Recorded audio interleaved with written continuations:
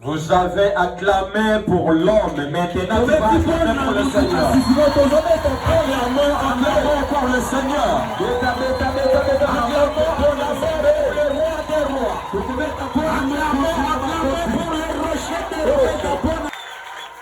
Gloire à Dieu. Seigneur notre Dieu, Yahweh Zambé Nabiso, nous voulons parler de ta part. Je demande que le Saint-Esprit nous guide. Que le Saint-Esprit nous révèle. Que le Saint-Esprit nous conduise du début à la fin. Et cela au nom puissant de Jésus-Christ. Amen. Nous sommes dans le livre de Jean chapitre 15 dans le verset 5.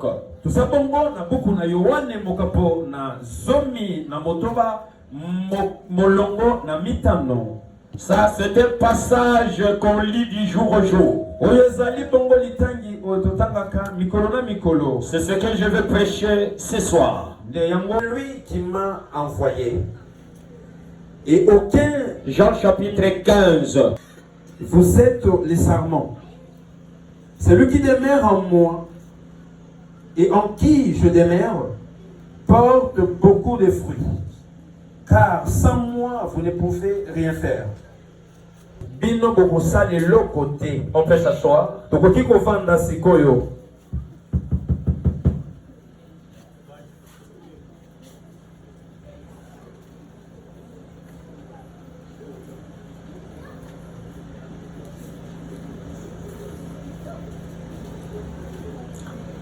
Ce soir, comment améliorer notre sens de vie.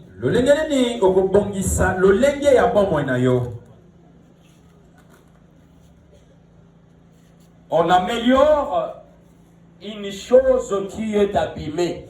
On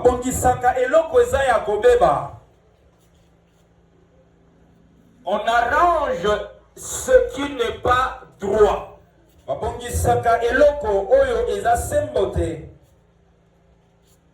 Notre sens de vie a besoin d'une amélioration. Nous devons améliorer notre sens de vie. Peut-être tu peux te demander ce soir pour dire comment est-ce que je vais améliorer mon sens de vie. Que le Saint-Esprit te guide ce soir. Le sens de la vie est capital dans la vie d'une personne. Je peux prendre un exemple de ce monde. Une route a deux sens. Il y a deux sens. Le code de route sert de direction.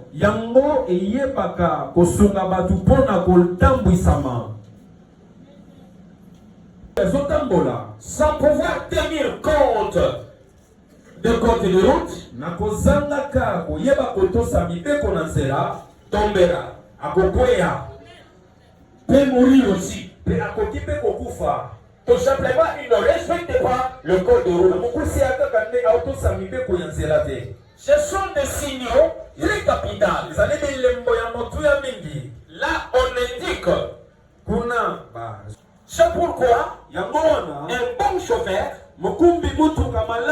doit tenir compte de son code de route. De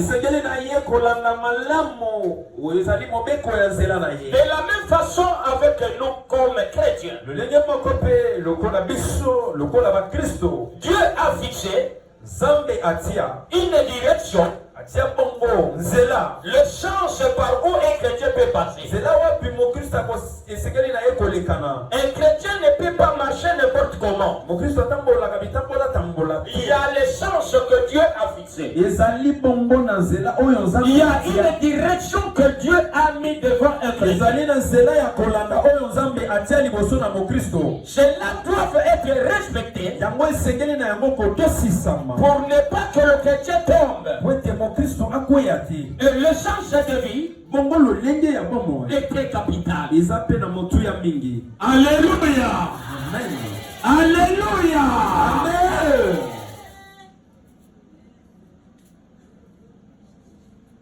Sans Dieu, il n'y a pas de sens.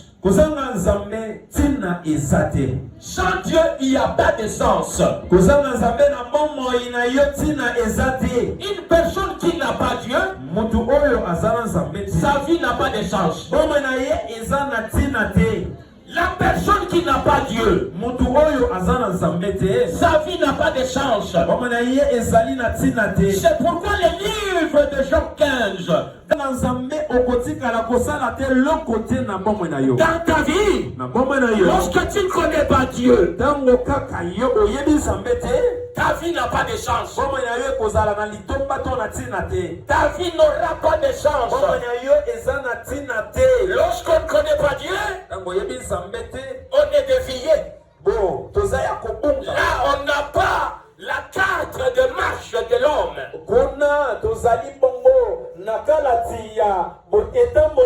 C'est-à-dire que les boussoles qui doivent te conduire n'est pas là.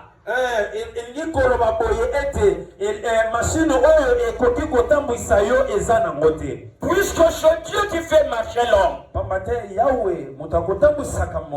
Le sens de la vie a beaucoup de signification.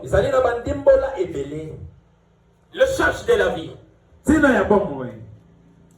Mwana oyo vina ye beba. Sans ya vina ye ezalani e beba.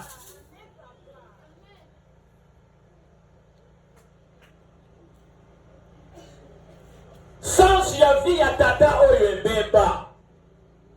Mais sans ya vie ya tata oyo e beba ponani. Peut-être musala na ye kufa. Lokola zana musala te. Sans sa vie na ye pe ko kufa.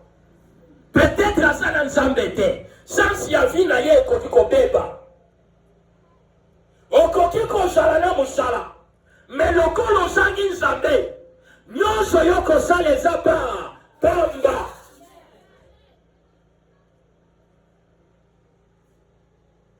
Okoki ko sala na libala. Soki o sala nzambe te. Sans de vie na yo e ko sala na tina moko te. Puisque nous avons toujours besoin de conseils. Et les vrais conseils, nous les recevons en Dieu. Lorsque tu travailles, il faut associer ton Dieu.